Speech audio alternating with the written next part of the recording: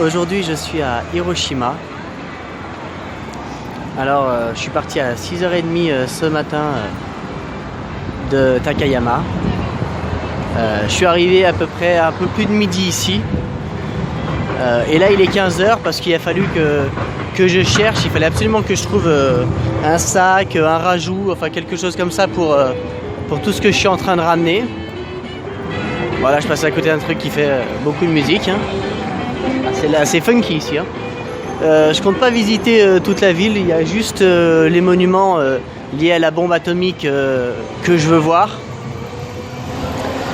Tout l'intérêt d'être venu dans cette région à la base, c'est surtout l'île de Miyajima, qui là par contre est vraiment intéressante, à laquelle je vais dédier une journée.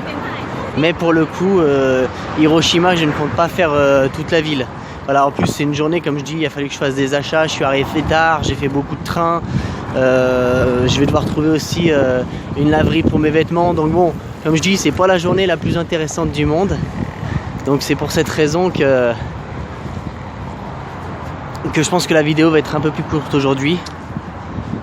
Je sais même pas si celle-là va pas paraître avant la vidéo d'hier. Parce que la vidéo d'hier est tellement longue, je galère à l'upload. Voilà, là, ce que vous voyez devant vous, j'y arrive en même temps. Là je vais couper et je vais mettre un peu mieux et je vais vous dire tout de suite ce que c'est. Le 6 août 1945, environ 600 mètres d'altitude au-dessus de ma tête, explosait la toute première bombe atomique de l'histoire. Elle a tout rasé dans un rayon de 2 km et elle a fait 200 000 morts. Et quand je dis qu'elle a tout rasé, ben tout sauf ça. Le dôme de Genbaku est la seule chose qui soit restée debout après l'explosion de la bombe. Ils ont donc décidé de laisser les ruines et d'en faire cette sorte de sanctuaire visible aux yeux de tous, afin que l'humanité n'oublie jamais ce jour-là.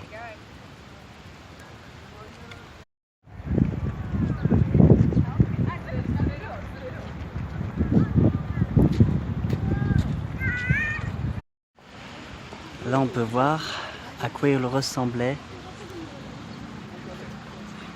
avant de devenir le A-Bomb Dome.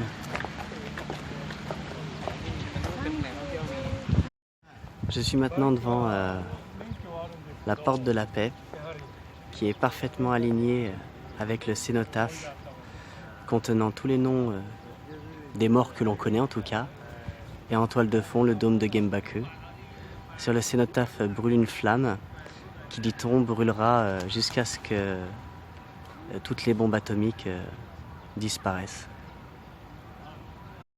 J'ai fait l'erreur de venir manger sur ce banc en 2 secondes 5, parce que j'ai pris un truc comme ça. Oh, mais regardez-les! En 2 secondes 5, putain, limite s'ils viennent à côté de moi.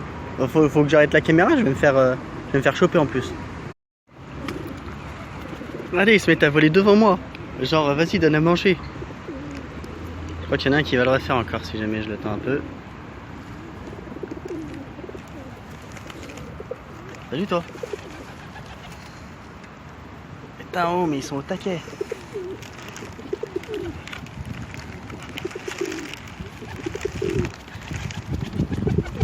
Oh, oh, c'est limite du harcèlement.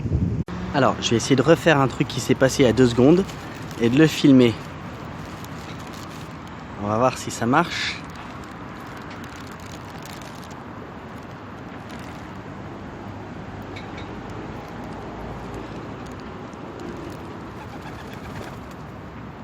Et voilà, hop là. Comment ramener un pigeon sur soi. Planant, hein. Je suis pas sûr qu'ils le fassent vers chez nous, qu'ils aient assez confiance pour aller jusque là vers chez nous, honnêtement. Allez, envole-toi. Finalement, c'est assez fréquent de trouver ces grandes rues couvertes et marchandes. Donc c'est plutôt sympa. Donc là en fait je suis en train d'aller à mon capsule hôtel, histoire de poser toutes mes affaires. Donc oui, ce soir je dors dans un capsule hôtel. Bien sûr que je vais filmer à quoi ça ressemble. D'ailleurs, hier soir j'aurais aimé vraiment filmer. J'étais fracassé donc je ne l'ai pas fait. Mais la salle de bain dans la guest house dans laquelle j'étais, c'était vraiment un bain traditionnel japonais. C'était tout en carrelage, en marbre. Ça ressemblait plus à du marbre même. Marbre, carrelage et tout ça. Donc on se lave à l'extérieur, alors avec les seaux, les machins et tout ça. Et après on rentre dans le bain. Une fois qu'on est propre, la baignoire, enfin, pour vous dire, c'était de 2 à 4 personnes. Donc il y avait déjà 4 coins pour se laver au sol. Et après, une fois propre, on rentrait dans la baignoire et elle était immense. Non mais elle était brûlante l'eau. Non mais un de mes meilleurs souvenirs de douche et compagnie au Japon. C'était fantastique. Après, tu te mettais avec le petit kimono qu'ils avaient préparé spécialement et tout. Franchement, c'était. Je suis vraiment un peu bête de ne pas avoir, filmé ou pris une photo. Tiens, si jamais je retrouve sur internet, je la mettrai vite fait pour montrer à quoi ça ressemble.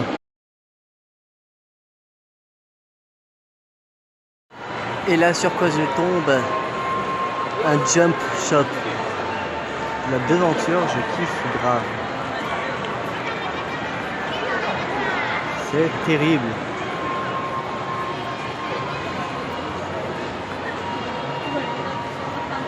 Je suis refait.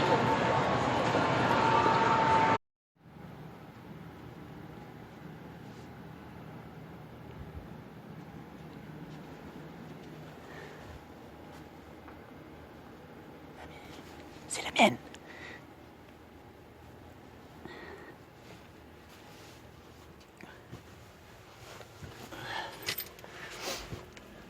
Alors, on a... Oula, pardon. Une prise, l'heure, une alarme. C'est quoi ça? Oula. Et ensuite, je commence à tout démonter. Bon. Alors, on a le Wi-Fi.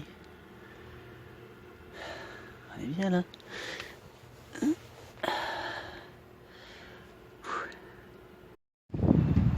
J'ai passé 2 heures dans le capsule hôtel pour faire ma lessive. Donc du coup je ressors, il fait nuit. Il est déjà tard. J'aurais fait 2-3 trucs aujourd'hui à Hiroshima. En plus je commence à parler comme un mec bourré à Hiroshima, mais c'est vrai que j'aurais pas fait grand chose. Mais donc j'en profite juste. Donc là je sors tranquille, sans valise, sans rien. Ça fait du bien. Ça sent bon. Je sors manger parce que dans le capsule hôtel on peut rien ramener. J'ai vu cette petite rue, elle a l'air super sympa. Donc je vais pas filmer partout où j'ai mangé et tout, mais pour dire quand même que on peut quand même se balader un petit peu après et apprécier des choses sympas, même si on n'a pas fait tout ce qu'on voulait dans la journée. Mais par contre demain, je vais me coucher pas trop tard ce soir parce que c'était quand même une dure journée. Et demain, je vais à Miyajima. Et là, j'ai vraiment hâte parce que quelque part, je devrais être un peu mélancolique aussi. Parce que c'est la dernière vraie zone où je vais aller. Parce que le lendemain, je fais un petit peu de Hiroshima, mais surtout après, je retourne à Tokyo cette journée-là. Et cette journée de retour à Tokyo, ça va être du train de ouf. Pour ceux qui savent où est Hiroshima et où est Tokyo, c'est super loin, quoi. Donc, demain, dernière vraie journée de tourisme, d'exploration. Après, je retourne le lendemain à Tokyo, donc il n'y aura peut-être même pas de vidéo ce jour-là. En fait, je pense même que demain va être sans doute la dernière vidéo, en y réfléchissant un peu mieux, puisque la journée du retour, à Tokyo, il n'y a pas d'intérêt d'en faire une. Et le dernier jour, je vais faire un peu de shopping, ramener des souvenirs, 2-3 conneries. Donc je ne vois pas non plus... je ne vais pas m'amuser à me faire chier avec mon portable, alors je serai en train de galérer avec mes sacs. Donc voilà. Alors, à ce qui paraît, donc il y a une spécialité, je vais essayer de trouver quand même ici, histoire d'avoir un petit peu quand même, d'apporter un petit peu d'intérêt à cette vidéo quand même, un petit peu le petit côté culturel.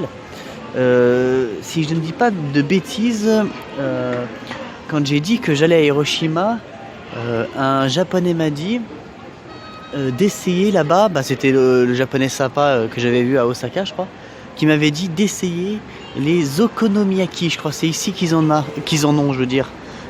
Il y a les takoyaki, vous savez, les petites boules avec les voilà, avec les de pieuvre, enfin de poulpe plutôt, voilà, les petites. Et apparemment il y a les okonomiyaki, ce sont des énormes boules, machin et tout ça. Enfin bref, je sais pas si j'en trouverai, mais c'était pour la petite info. Apparemment à Hiroshima c'est la spécialité. On verra si j'y trouve ou pas, mais pour l'instant je vais juste retrouver un coin au bouffer parce que je pète la dalle. Et donc à demain pour de nouvelles aventures. Je ne peux pas vous laisser avant de vous montrer ça. Voilà, ce plat là, je ne lirai pas, je vous laisse le lire. Voilà, tout est dit.